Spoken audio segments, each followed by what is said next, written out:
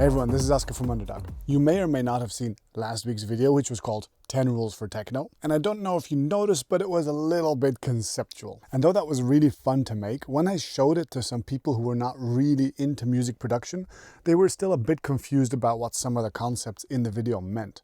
So I thought I'd make a video today, which is basically the same thing, the 10 Rules for Techno, but I'll just talk you through the 10 concepts with a little bit more context in a little bit more educational manner. Let's get into that in just a second, but first, let me address one of the feedbacks that inevitably comes back whenever I use the word rules. The comment that always comes up is, there are no rules, or rule number one is to break the rules. And I just want to go on record and say, yes, that is 100% correct.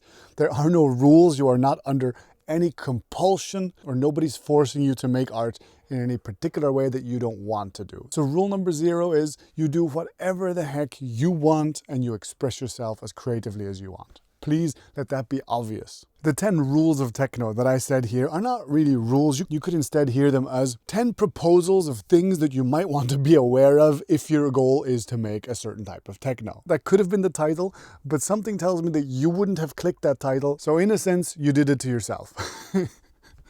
No, but on a more serious note, the idea of having rules within a certain discipline is something that's worth thinking about. Because in the beginning, you have no competence, but a lot of spontaneity and creativity. And over time, you probably want to increase your competence. And that usually means learning what has worked in other people's composition. So in a way, you become more rigid, but more competent as you learn more and more rules. And then beyond a certain level, it becomes really the skill of trying to recapture that creativity to make sure that the raw spontaneity of your creative input still gets the priority over any like structural rules that you've learned. But that's very difficult to do. I think it's Picasso who said something like it's taken him his whole life to be able to relearn how to draw like a child, something like this. Or like when you're learning jiu-jitsu, you learn all the different belt levels, right? And I once heard someone much more knowledgeable than me say that you don't have the right to have a style until you're a black belt. So there's no point being at white belt telling yourself, oh, this is just my style, because objectively with the benefit of knowledge, your style probably sucks.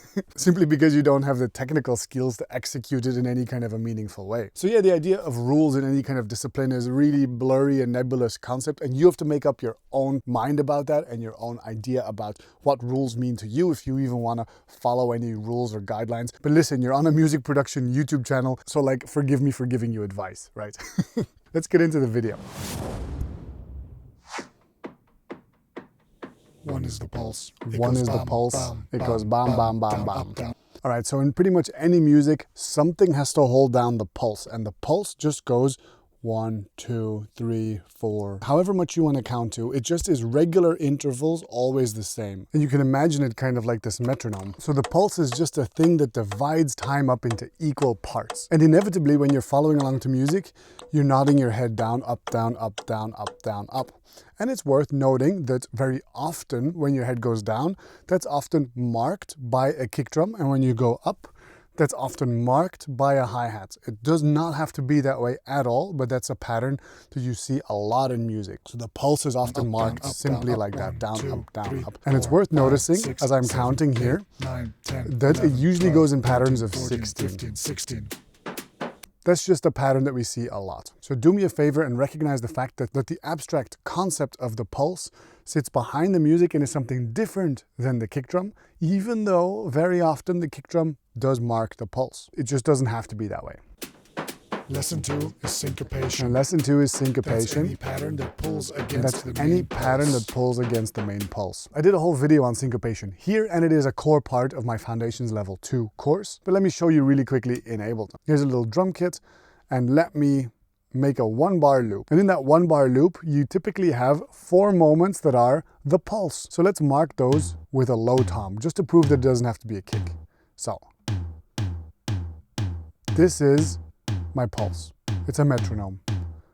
And you know what? Let me put a close hi-hat halfway in between. So this is a metronome. Down, up, down, up. That's rule number 1 is the pulse. And now we need some other pattern that pulls against this pulse. And so let's do hand claps. And particularly, we're interested in highlighting some of the moments in the loop that aren't already highlighted by this pulse, right? So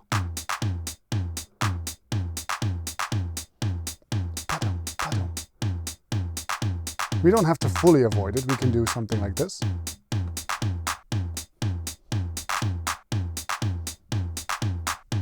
Now suddenly the pulse, which very quickly would become stale, has some kind of danceability.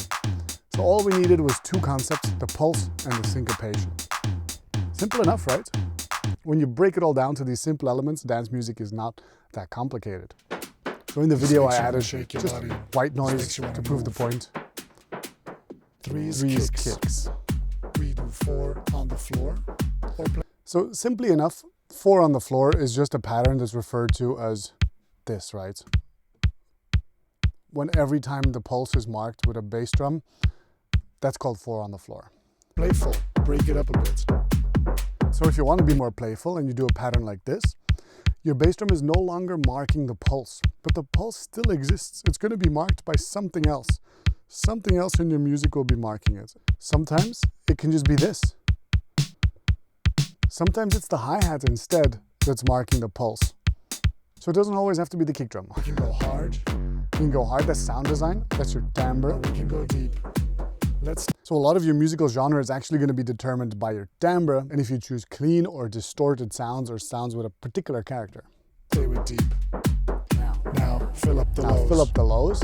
Just that the kicks, they inhabit a space in your frequency spectrum down here.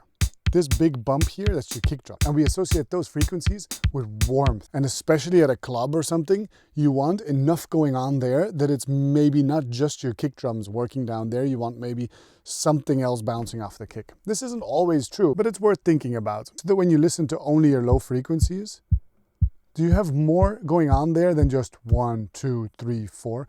In fact, do you have any pulse and syncopation going on in the low end? It's worth thinking about. Give your kick something to bounce off. A rumble like this. See my rumbles video. Toms maybe.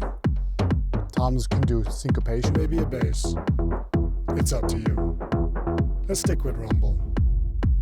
And the way to have fun with bass is to... By the way, I use the word bass in two different contexts here. There's bass, aka the low frequencies, and there's bass, aka the musical instrument which calls itself a bass. The concept can overlap, but they are two separate sort of ways of using the word, and people often don't explain which one of the two they're referring to. So when I say you can add a bass, and then I go womp womp womp, I mean a bass synthesizer. But when I say, and the way to have fun with bass, I mean the low frequencies, which is like a DJ trick especially, where you scoop up the low end with a high-pass filter, and then drop it.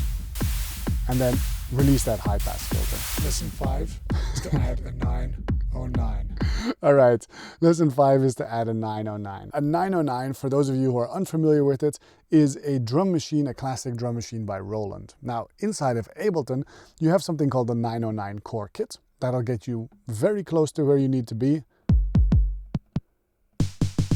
But if you want to get closer to the original experience, you might want to get something like the Roland 909 plugin. By the way, if you are going to use the Roland plugins, you're going to have to deal with the single ugliest app I've ever dealt with in my entire life. Please, Lord, someone at Roland, hire a graphic designer to actually make this, because none of this makes sense.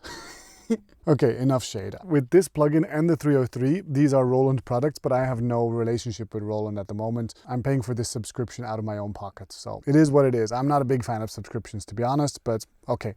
The 909 and the 303, kind of classics. What are you gonna do? And so the fun part of adding the 909 like this is that it's cool to think about it like one whole drum machine that's adding a groove as a whole. You're not just thinking about one element, you're thinking about an entire groove.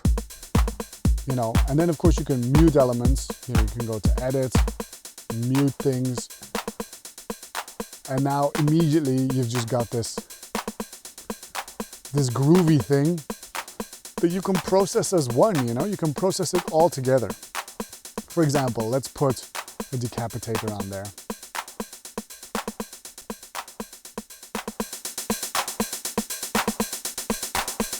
There we go, and now we've created an entire drum groove, but radically colored it.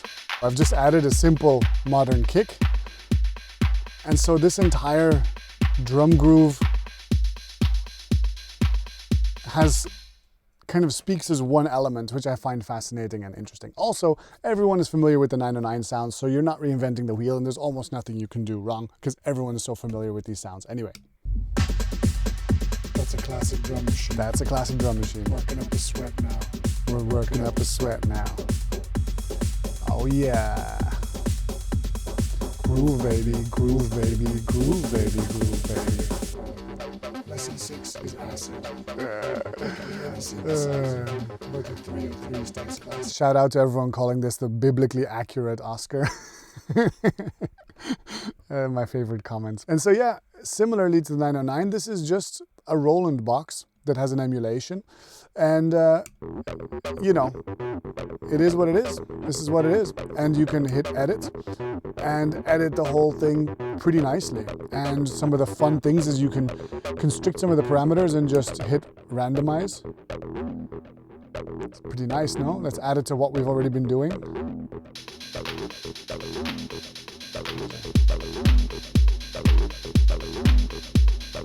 You know, these sounds are so classic. It's easy to sort of accidentally make a techno record with it. Let me turn off this kick, I'm not so happy with it. Notice also, and this is jumping ahead a bit, but to the polymeter section, what you can do is instead of having 16 steps, make it shorter so that, for example, every 6 steps it repeats. It's gonna make it feel like it's kind of circling around the main motif a bit, you know? Like I really want to hear like a big, fat, nicely designed rumble under this. And I could vibe to this immediately, you know? Think in terms of geometry. Always. Whenever you've got anything harmonic or melodic, think in terms of geometry, because all music is mathematical relationships. Because most of harmony can be described as a set of mathematical relationships, and so you can think of it as things that are going up, things that are going down, things that are meeting, diverging, circling back onto each other, unfurling, various kind of mathematical patterns. And an acid synthesizer is a clear example of that. You can go up, or you can go down, or you can go in little circles, like the audio example. Combine all these elements to have a good time. Some of these extra eyes, by the way, come from my friend Miri. Shout out to her.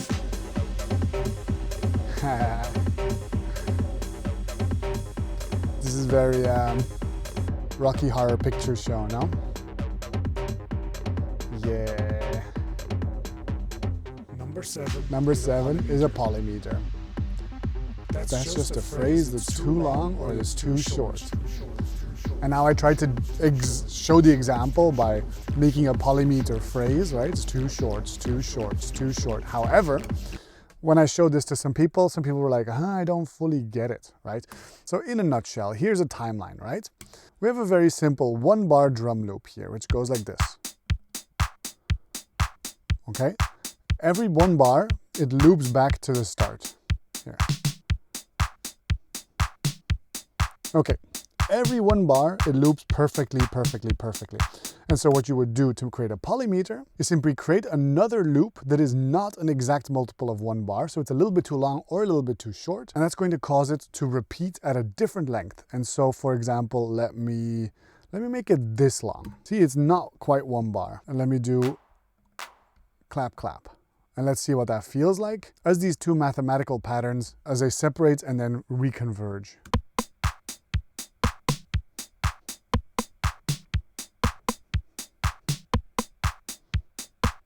There we go.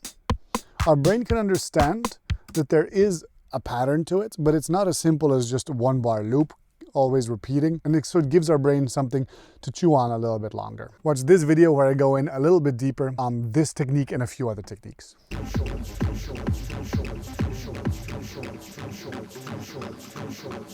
Also, the acid line is doing the same polymeter.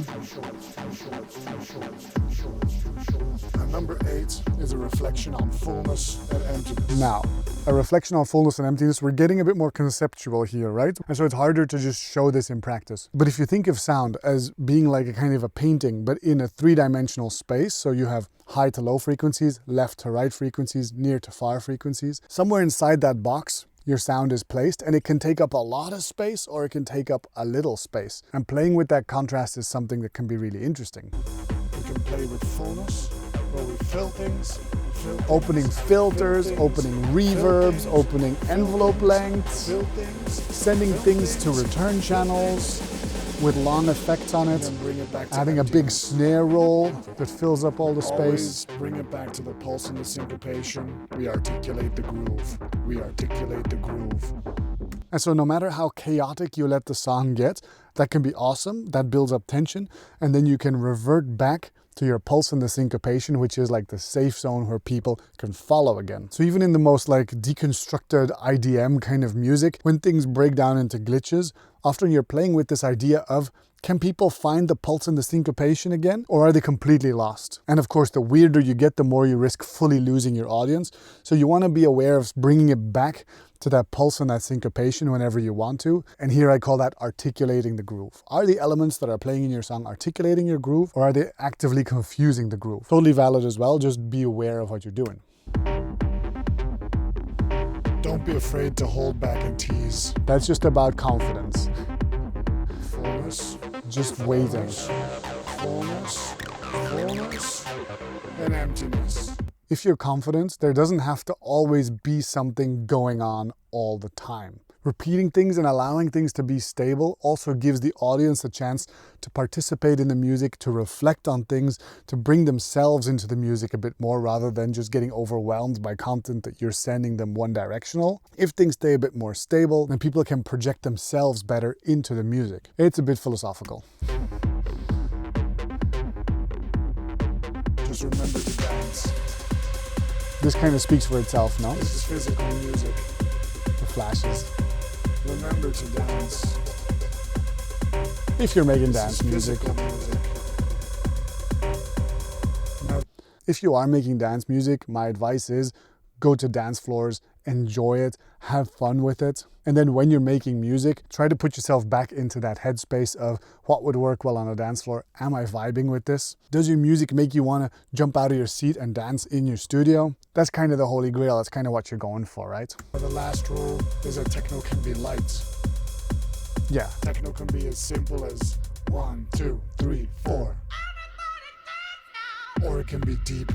I mean, let's address that first. Techno doesn't have to be serious. As you can see, it can be super simple and straightforward, so we don't have to overly treat it as super deep in some way. It can just be light and having fun. That's one way to experience techno, and super valid, and maybe the majority of times. But sometimes you get into a particular zone and it can feel deep and spiritual, and you can lose yourself in it.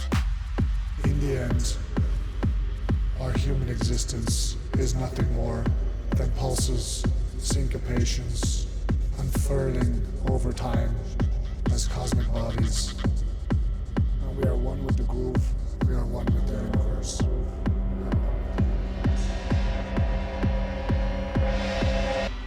Thank you for coming to my TED Talk. Those are my 10 rules for techno. I mean, the last one, I'm not going to explain it too much. Either you vibe with it or you don't. That's up to you. So as a last point, I uploaded this acapella to Bandcamp, right? And here on Bandcamp, you can just get the One is the pulse. One is the It goes pulse. bop. And so whatever you want to do with that acapella, you have my explicit consent to do whatever the hell you like with it.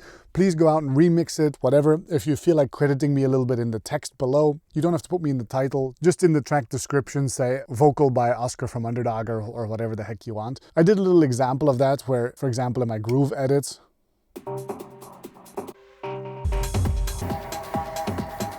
I made a version of the song that's, in my eyes, very DJ friendly and just uses the vocal.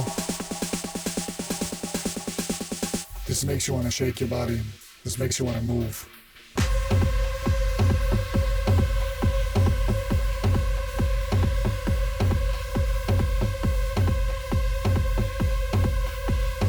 There's also the acid edit.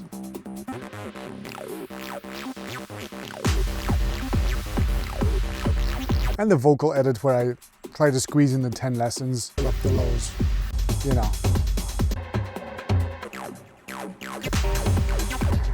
This is kind of like the DJ friendly version of the whole tutorial in fact. So anyway, if you do something with it, send it to me. Send me a message on Instagram. It's @OscarUnderdog. That way I can enjoy the impact that this has had on people. Send it to me. Maybe I'll do a review video in the future of all the things that people have made with it. Thanks also to Matthias Friedel for mastering the EP. As you know, if you want to learn from me in a more structured context, go follow my Foundations of Electronic Music Level 1 or Level 2 course. Thanks for your enthusiasm, and until next time, stay producing, be good to each other, and take care. Bye-bye.